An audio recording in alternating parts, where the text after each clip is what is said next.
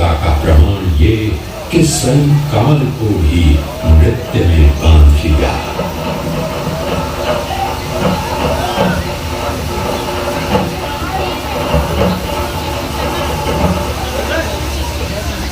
जहां एक और वीरों ने रणभूमि में अपनी तलवार का जौहर दिखाकर शत्रु को घुटनों पर ला दिया, तो वहीं वीरांगनाओं ने इसी तलवार की धार पर नृत्य कर वीरता को रस में बदल दिया।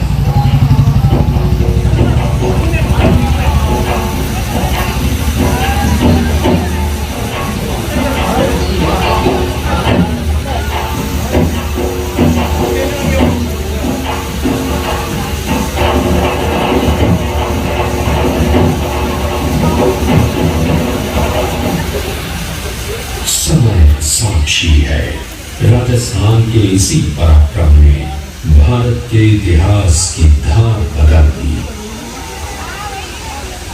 इसी राजस्थान के महारावल जैसल ने जब पहली बार इस त्रिकूट पर्वत पर पांव रखा, तब उन्हें यहाँ एक सिद्ध महात्मा के दर्शन हुए।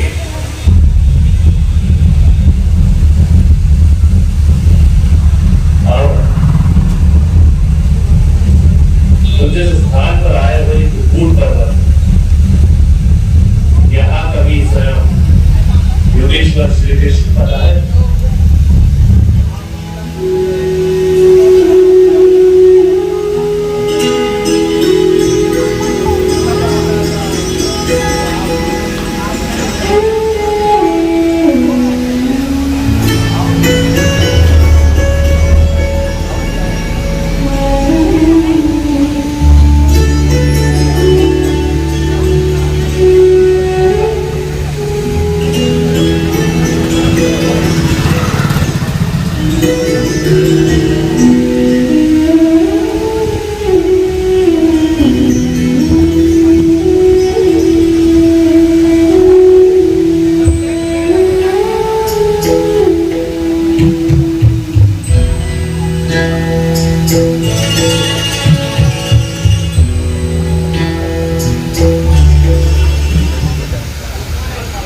मरुभूमि का ताप बहुत अधिक है, अब मुझसे सहन नहीं होता प्रभु, मुझे बहुत प्यास लगी।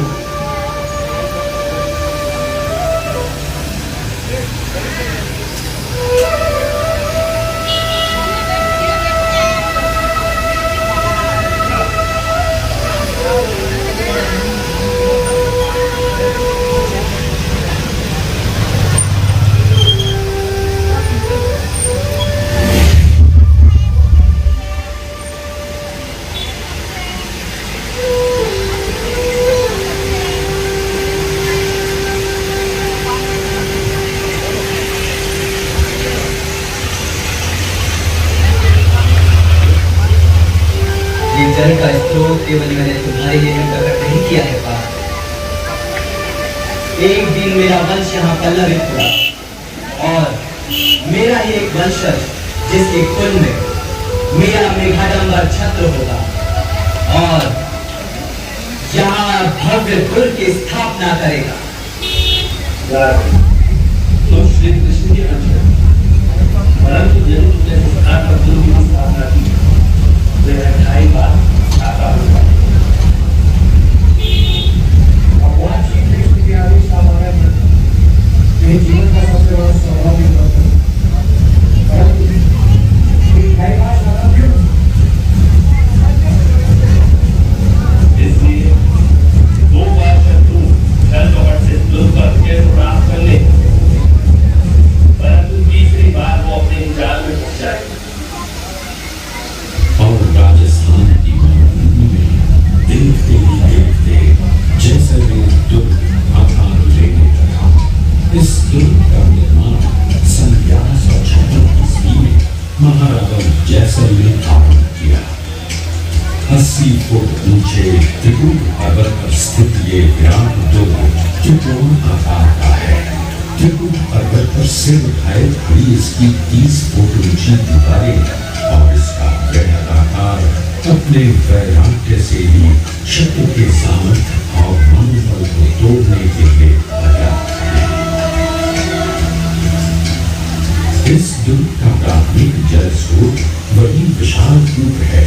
जिसे स्वयं भगवान श्री कृष्ण ने बनाया था। कुएं पर लगा पाषाण शिलालेख इस बात का साक्षी है। सुन अर्जुन मो वंशरा, जैसल नाम धराए, कोट दिनों के आंतरे ऐत बसेला आए। जैसलमेर के दुर्ग की पराक्रम गाथाओं की साक्षी ये विशाल तोप है। कहते हैं कि कड़क बिजली नाम की इस तोप का गोला 1 मील दूर तक मार करता था।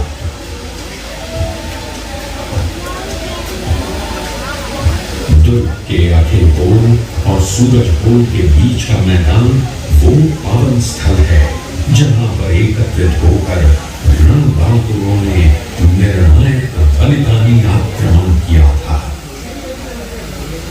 अपने स्थापत्य में अभेद्य इस विराट दुर्ग का सौंदर्य भी अप्रतिम है। सूर्योदय और सूर्यास्त के समय से देखकर लगता है मानो स्वर्ग से स्वर्ण का कोई दुर्ग राजस्थान की इस पुण्य भूमि पर रणबांकुरों के पराक्रम और बलिदान के यश में वृद्धि करने भूमि पर उतर आया हो। विश्व प्रसिद्ध फिल्म निर्देशक सत्यजीत राय ने इसे सोनार दुर्ग ही कहा था। अपनी स्थापना के समय में जैसलमेर का ये दुर्ग विशिष्ट था क्योंकि ये उत्तर भारत से गुजरात जाने वाले अति महत्वपूर्ण व्यावसायिक राजमार्ग के ठीक मध्य में स्थित था। इस विराट भूमि में ये आने जाने वाले व्यापारियों के तापुरों के लिए एक महत्वपूर्ण आश्रय स्थल तो था ही। इस स्वर्ण दुर्ग की सेनाएं उन्हें इस वीराने में सुरक्षा और सुगमता की आश्वस्ति भी देती थी।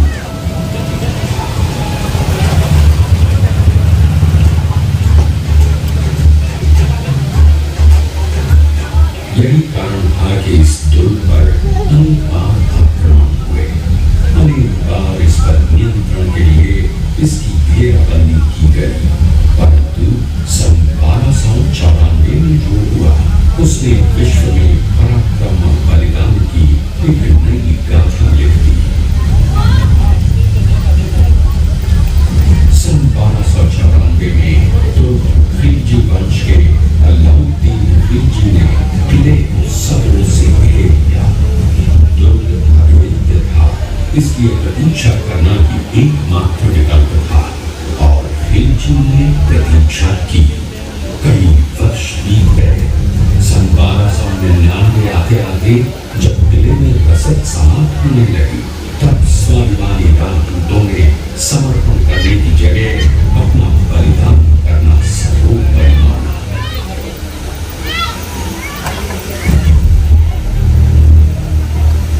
पुरुषों के सिर पर केसरिया पांच सर गए।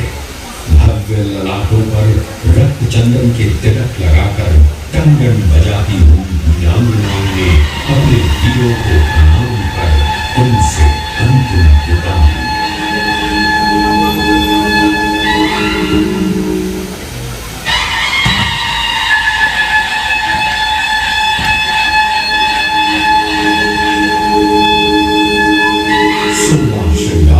सज अपने बाबुल और पति के पराक्रम का यशगान करती, अपने घाघरे और घोटे के सौंदर्य के अभिमान में नृत्य करती हजारों वीरांगनाओं ने धधकती अग्नि में अपना जीवन उत्सर्ग कर अग्नि को भी पवित्र कर दिया।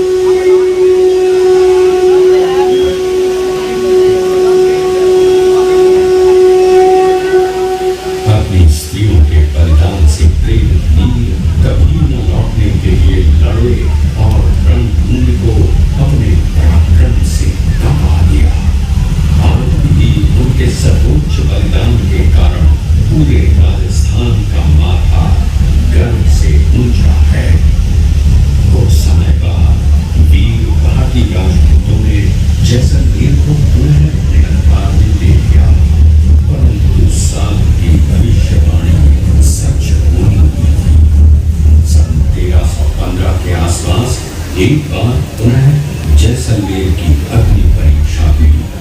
दिल्ली के सुल्तान की सेना ने जैसलमेर के दुर्ग को घेर लिया। कहते हैं इस बार 16,000 स्त्रियों ने शाका किया, परंतु सामने महारावल जैसल को ढाई शाका की चेतावनी दी थी। 16वीं सदी में एक महान सरदार आमिर अली ने छलपूर्वक स्त्रियों के वेश में अपने सैनिक किले में घुसा दिए। दुर्ग के भीतर ही रण छिड़ गया। अपने साथ हुए धोखे से क्षत्रियों ने एक बार फिर शाका के लिए तैयारी की, परंतु इस पर शत्रु जीवित वापस नहीं जा सका। समय रहते किले पर मदद पहुंच गई और राजपूतों ने सारे आक्रांताओं को मौत की नींद सुला दिया। राजस्थान का आकाश आज भी उन बलिदानों के यश से गूंजता है। भारत के सदियों तक पराधीन रहने के बाद भी उनकी वीरता और स्वाभिमान को भुलाया नहीं जा सका। भारत का लोकचित्र आज भी बहुत कृतज्ञता से उनके बलिदानों को स्मरण करता है।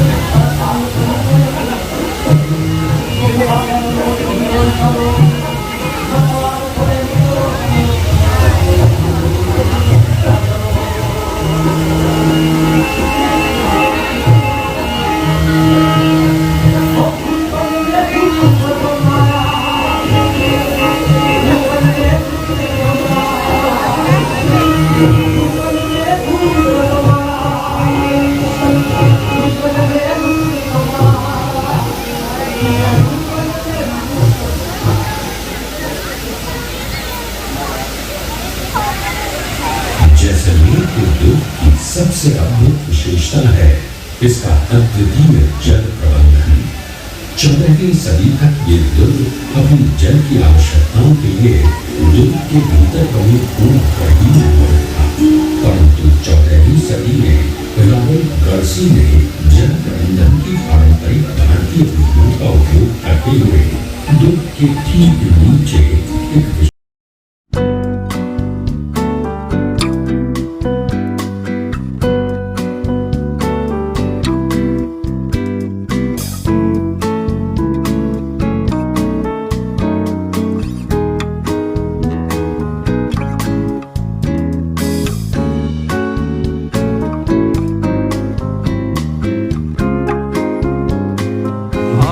गिटारे MD2 अच्छा खारे क्या इनो बराबर टाइम पे दवाई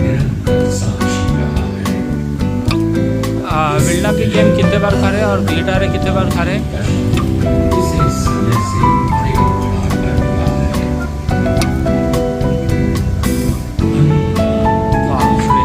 एक काम करो बोगी ट्रायो पॉइंट अपना आता ना, हाँ 0.3 है ना, बोगी ट्रायो 0.3 और